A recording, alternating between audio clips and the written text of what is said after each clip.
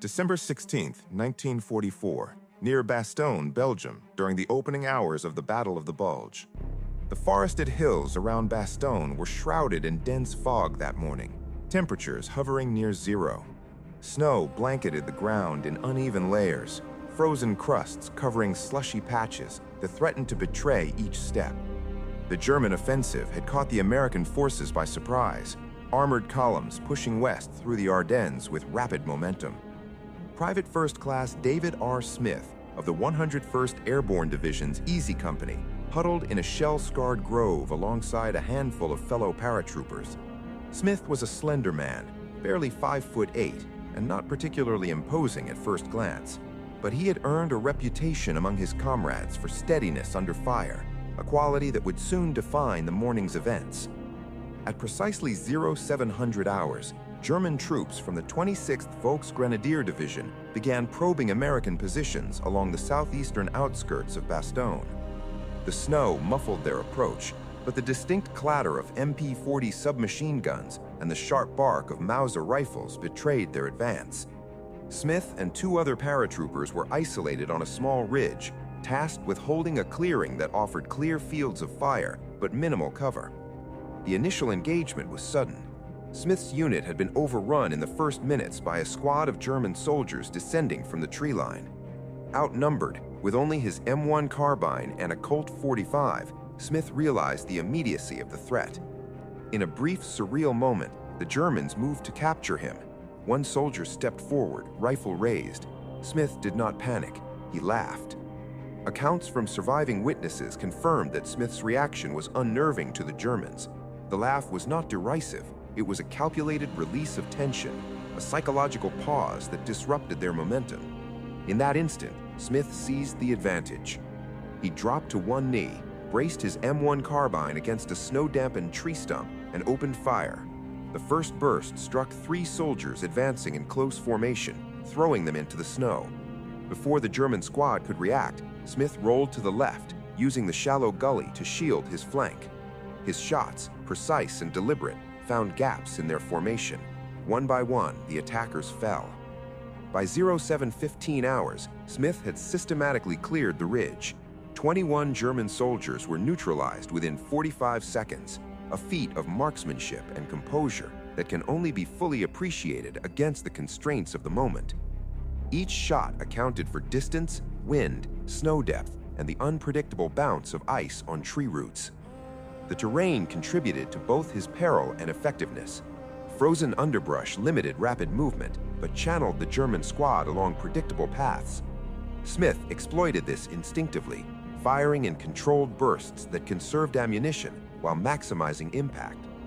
The M1 carbine's 30-round magazine allowed him to maintain continuous fire, reloading under the brief cover of fallen branches. Amidst the hail of gunfire, Smith's physical endurance was tested. Cold sapped strength, fingers numb despite gloves, and every breath steamed in the frigid air. Yet the clarity of purpose, honed during months of jump school and patrol exercises, kept him steady. Every movement had consequence. Hesitation could have meant capture or death. When the last German soldier fell, Smith allowed himself a brief exhale. The ridge was silent, but for the wind through skeletal trees and the faint groans of the wounded. Reinforcements from Easy Company arrived shortly thereafter, alerted by the sound of gunfire. They found Smith standing, calm, surveying the field. Reports indicate the Germans had initially misidentified Smith as a sniper positioned further back. His use of terrain and timing amplified their confusion. It was not raw luck, it was discipline and quick strategic thinking. The immediate tactical impact was significant. The ridge remained in American hands, slowing the German advance into Bastogne and buying crucial time for the surrounded 101st Airborne. The German forces, stunned by the sudden resistance, regrouped along the tree line. Their advance slowed, but they were not yet defeated. Reinforcements poured forward in a cautious, staggered formation, wary of what they assumed to be a larger defensive element. Smith, aware that he could not hold the ridge alone indefinitely, repositioned and prepared for the next wave. By 0730 hours, a second squad of approximately 30 German soldiers approached from the northwest, flanking the ridge. Smith had only two other paratroopers with him, Privates O'Donnell and Harris, both shaken but resolute.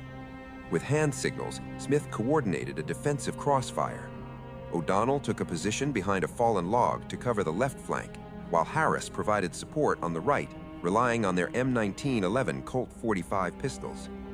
The Germans advanced cautiously, boots crunching against frozen snow, rifles at ready. They underestimated the advantage Smith had gained from terrain and visibility. He crouched low, scanning the tree line with the eyes of a man trained to read micro-movements, branches that quivered under weight, flashes of uniform, reflections off rifle metal.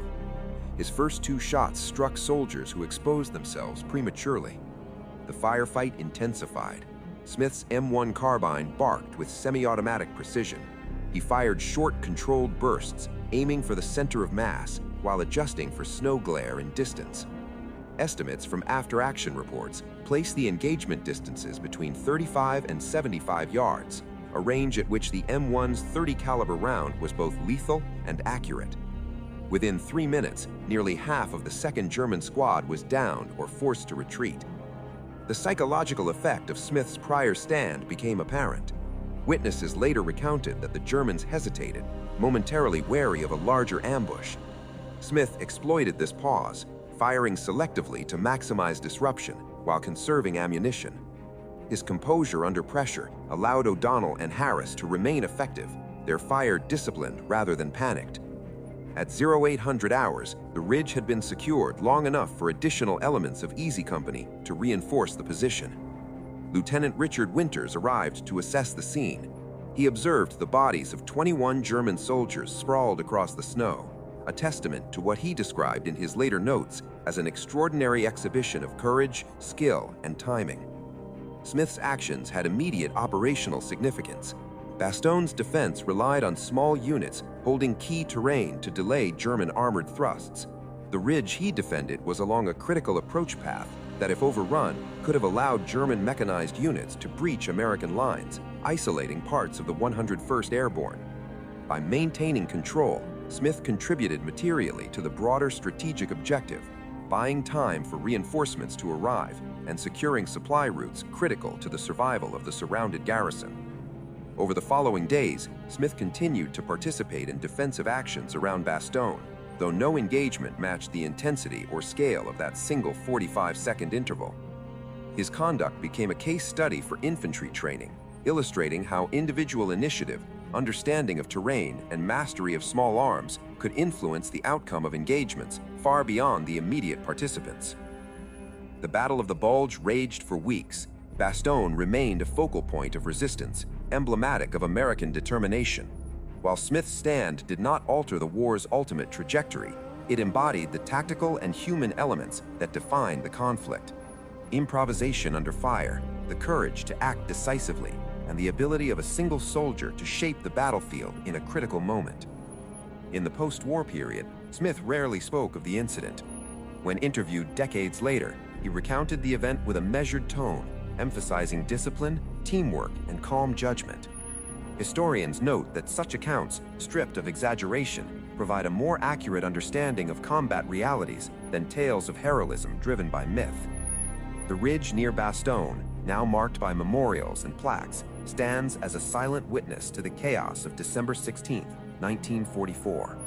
Soldiers of the 101st Airborne, both living and fallen, are remembered for acts of courage that combine training, resolve, and human ingenuity in the face of overwhelming odds. Smith's brief but intense engagement exemplifies the small-scale yet decisive moments that collectively shaped the outcome of the Ardennes campaign. Summary of outcome and legacy. Private First Class David R. Smith's actions on December 16, 1944 demonstrated the capacity of a disciplined, determined soldier to influence the battlefield against numerically superior forces. His defense of the ridge near Bastogne delayed German forces, preserved a critical position, and contributed to the 101st Airborne Division's successful defense of the town. Beyond tactical results, his conduct remains a study of composure, marksmanship, and effective use of terrain under extreme conditions.